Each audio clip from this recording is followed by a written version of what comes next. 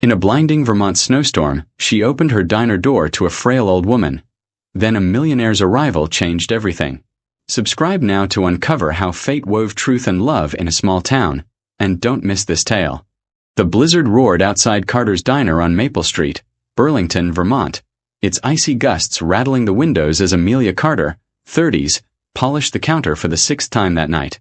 Snow had buried the town in the worst storm in decades, emptying the diner of all but one customer, Henry Brooks, a 70s regular sipping coffee in a corner booth.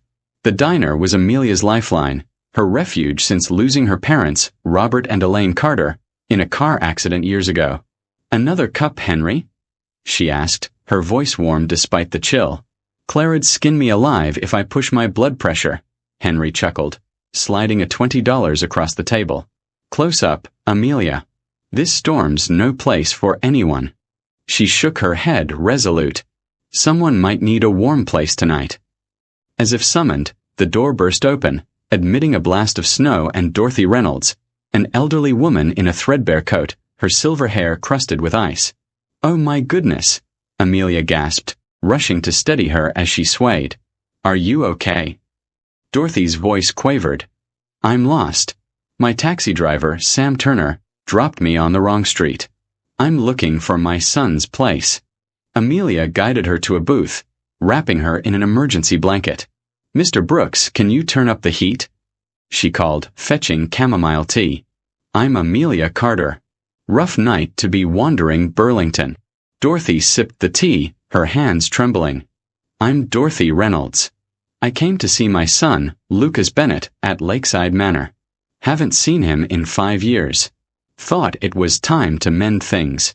Amelia's eyes widened. Lakeside Manor was Burlington's most exclusive address, and Lucas Bennett, CEO of Bennett Innovations, was a name tied to ruthless ambition.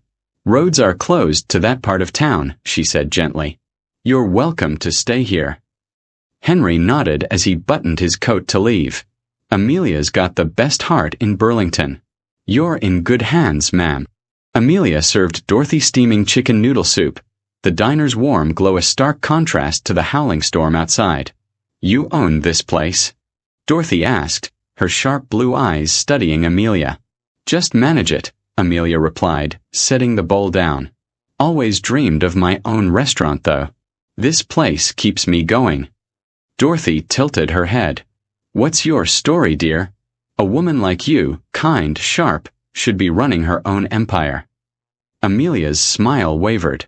"Life had other plans. My parents' accident changed everything." She dodged further questions, busying herself with cleaning as Dorothy settled into the back office, dialing her son's number. "Voicemail again," Dorothy sighed. "Lucas is always at his office, running Bennett Innovations. Too busy for his old mother." Amelia softened, hearing the longing in her voice. "He's a big name around here," she said carefully, avoiding the rumors of Lucas's cold reputation.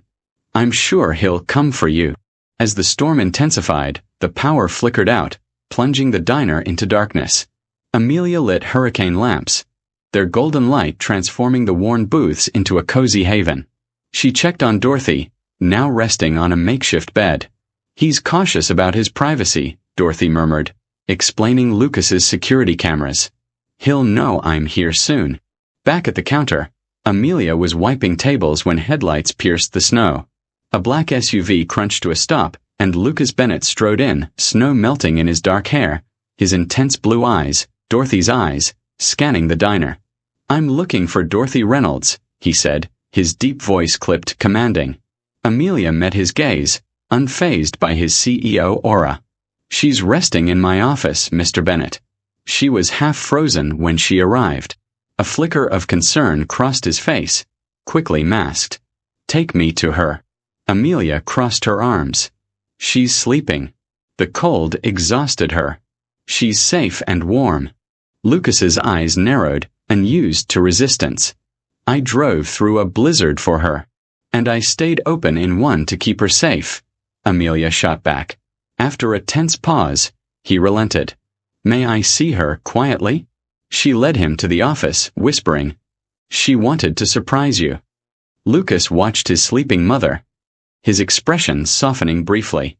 Back in the diner, Amelia poured coffee. "How'd you find her?" he asked. She stumbled in, lost, talking about making amends. Lucas's jaw tightened. "She's dramatic like that." Amelia leaned forward. "Braving a blizzard at her age? That's not drama. That's love." The back door slammed open, admitting Nathan Caldwell, Lucas's business partner from Caldwell Capital, his expensive coat dusted with snow. "Lucas, I've been trying to reach you. Your mother called the office, said you were here." His eyes landed on Amelia, recognition flashing. Amelia Carter. Small world. Amelia froze, her face paling. "Nathan Caldwell," she whispered, her voice tight. Lucas's gaze sharpened. "You know each other?" Nathan's smile was too smooth. "Old colleagues. Ms. Carter worked at my firm, left abruptly." Amelia's eyes flashed. "I had reasons." Nathan shrugged, but the air crackled with tension. Lucas pulled him aside to the pantry. "What's your history with her?" Nathan claimed Amelia accused Caldwell Capital of fraud, was investigated, and cleared, ruining her reputation. "She couldn't handle Wall Street's pressure," he said dismissively. Lucas frowned, unconvinced, and returned to find Amelia and Dorothy chatting in a booth. Dorothy shared stories of Lucas's childhood robot building, coaxing a rare smile from Amelia. "He was always tinkering," Dorothy said. "Nearly burned the house down once." Lucas slid into the booth, his stern facade softening. "Mother exaggerates."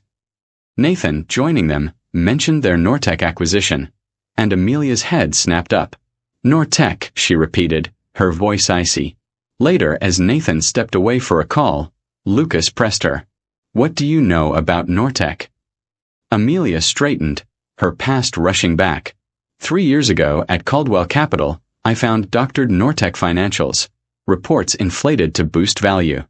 I was told to tweak my findings. When I refused, they used my credentials to alter data, framed me for fraud, and blacklisted me from New York finance. Lucas's eyes darkened. "You were set up." "Yes," she said, her voice steady but raw. "I kept copies, reports, emails, access logs, in a Boston safe deposit box. No one would listen then." Lucas leaned closer. "Why didn't you fight harder?" Amelia's laugh was bitter. "I tried. Threats followed, professional, then personal. Someone broke into my apartment, left a photo of my parents' graves with a note. Some things should stay buried." Dorothy, now awake, joined them, sensing the charged atmosphere. "What's happening?" she asked. Amelia recounted her story. Uncovering fraud, being discredited, and fleeing to Vermont after threats.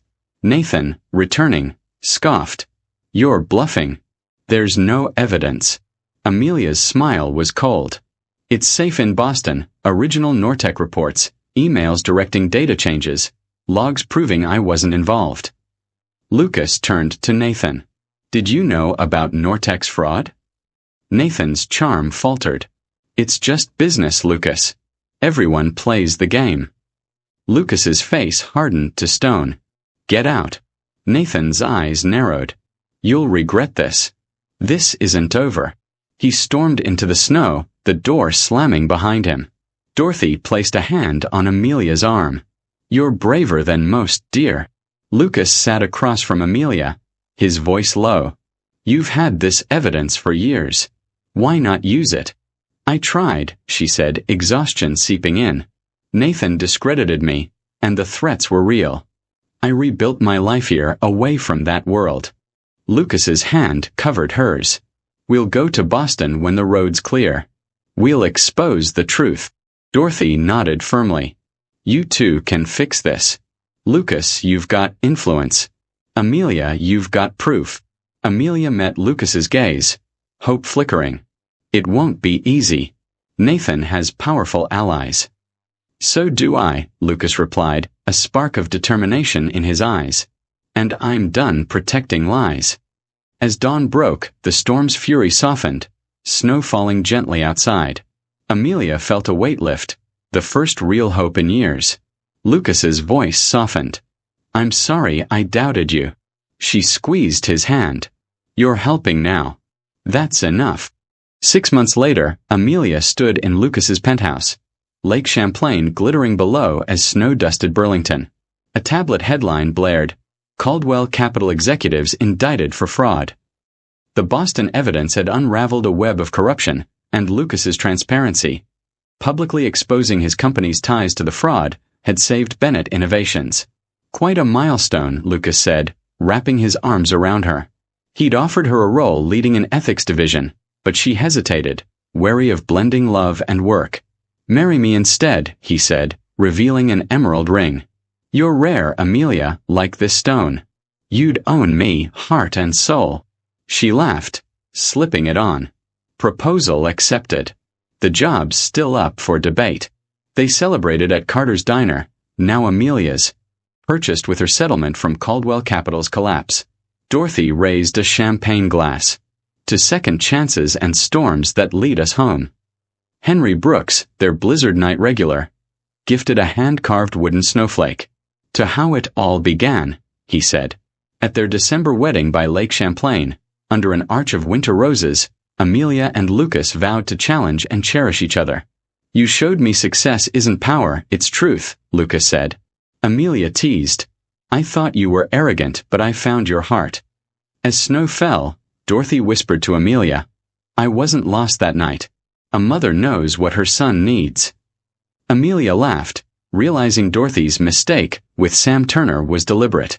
On the dance floor, Lucas murmured, "Fate, or your meddling mother," Amelia replied, kissing him as snow blanketed their new beginning. A blizzard brought Amelia and Lucas together, turning a chance encounter into a fight for truth and a love that endured. Their story proves storms can lead to brighter days when courage meets compassion. Subscribe for more tales of fate and redemption, leave a comment with your thoughts, and share this story with friends. Don't miss what's next. Follow now.